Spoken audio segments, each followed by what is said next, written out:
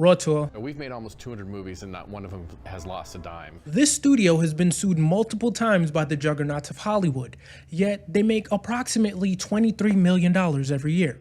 But how do they get away with all of these ripoffs? I first stumbled onto the Asylum back when this was purely a sci-fi channel. The video I planned to create at the time was about the different mechs in Pacific Rim, but there were already a few channels that covered that topic in depth with a ton of views. And then there it was, tucked away neatly, a video about Atlantic Rim. But I'd never heard of it.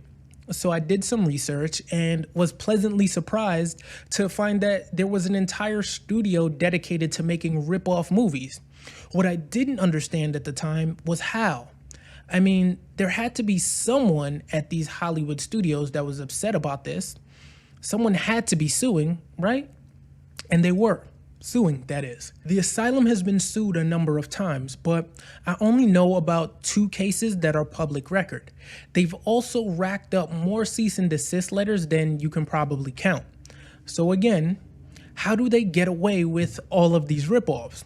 Well, first off, the Asylum doesn't copy exactly. They don't steal actual footage. They don't lift entire characters or scenes word for word. Instead, they take the basic idea behind a movie, file off the serial numbers, and repackage it. And when they do get caught, they settle quietly, change the title, maybe delay the release, and move right along. It's a strategy that's worked surprisingly well.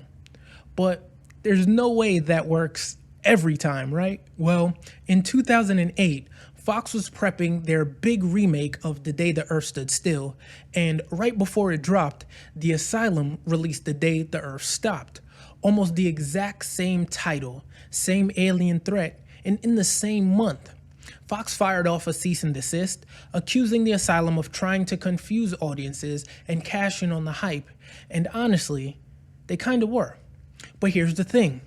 In the US, you can't copyright ideas, and you can't copyright a movie title unless it's part of a bigger franchise. Fox didn't own a trademark for The Day the Earth Stood Still, so legally, there wasn't much they could do. They never filed an actual lawsuit, and the Asylum kept the movie on the shelves, no title change, and no damages paid. The Asylum skated by with nothing but a strongly worded letter. Now, in 2012, Universal dropped $200 million on Battleship, you know, the one with Rihanna. Meanwhile, the Asylum came up with American Battleship. Low budget, straight to DVD, aliens attacking Navy ships. Sounds familiar? Universal sued, and they sued hard. They claimed the Asylum copied everything. The title, the poster, even the trailer's vibe. They even pointed to angry Amazon reviews where customers said they bought the wrong movie.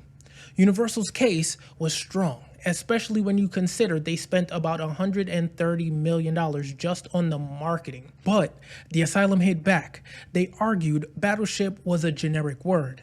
They claimed most customers knew what they were renting, and they threw a little shade, suggesting Universal was only suing because Battleship wasn't exactly getting rave reviews. In the end, the Asylum agreed to change the title from American Battleship to American Warships. The movie still came out. It was the same film, just with a new name. In this case, the Asylum might have lost the battle over the title, but they still sailed away with their profits.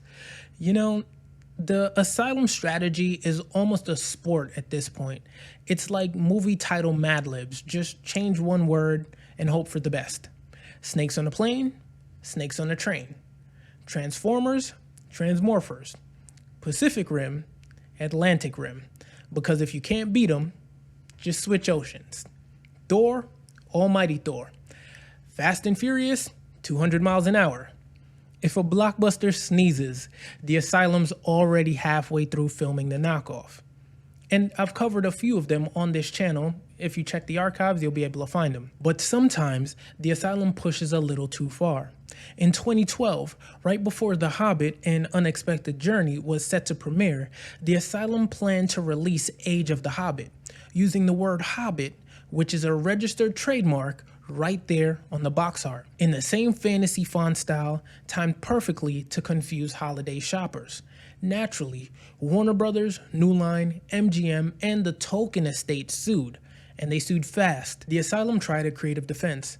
They said their hobbits were based on real ancient humans, Homo floresiensis, Homo floresiensis, nicknamed hobbits by scientists. Cute idea, but the judge wasn't buying it. A federal court blocked the release, and the Asylum had to pull the movie, change the title, and delay everything by months. By the time they re-released it as Clash of the Empires, the hype window was gone. Warner Brothers delivered the biggest legal blow the Asylum had ever taken. And honestly, it's easy to see how people get confused. Imagine you're at Blockbuster and you want Pacific Rim, but you leave with Atlantic Rim. You're browsing Amazon, you want Transformers, you rent Transmorphers. You wanted Alien Romulus, instead you leave with Alien Rubicon.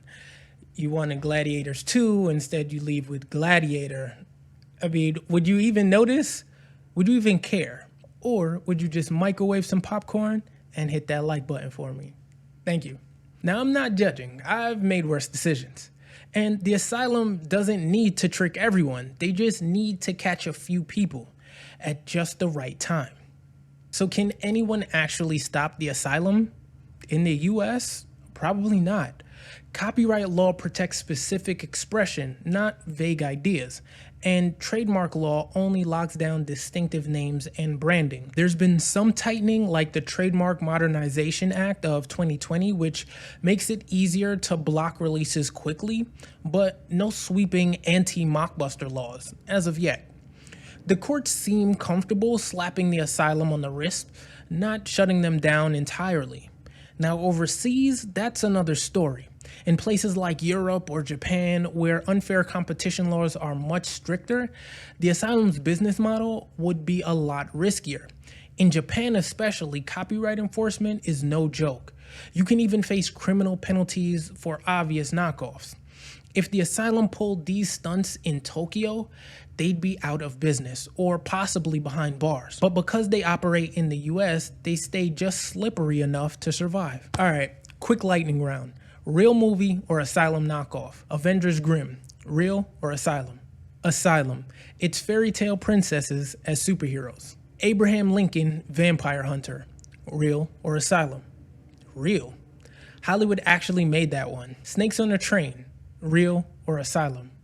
Asylum, because when you can't fly, you ride Amtrak. Titanic 2, real or Asylum? Asylum. Yes, there's another Titanic, and somehow it sinks too. See what I mean? It's a full-time job just trying to keep track. Unless something drastic changes in US law, the Asylum probably isn't going anywhere. They know exactly how to dance around the edges. When they cross a line, they just step back, change a title, swap a poster, delay a release, and the lawsuits, they're just the cost of doing business. As long as Hollywood keeps making blockbusters, the Asylum will be there, mockbusting every step of the way. Let me know in the comments if you've ever been fooled by a mockbuster. No shame, we've all been there. The Asylum is just one of many studios that have been sued for copyright infringement. Check out this video to see my series on movie lawsuits.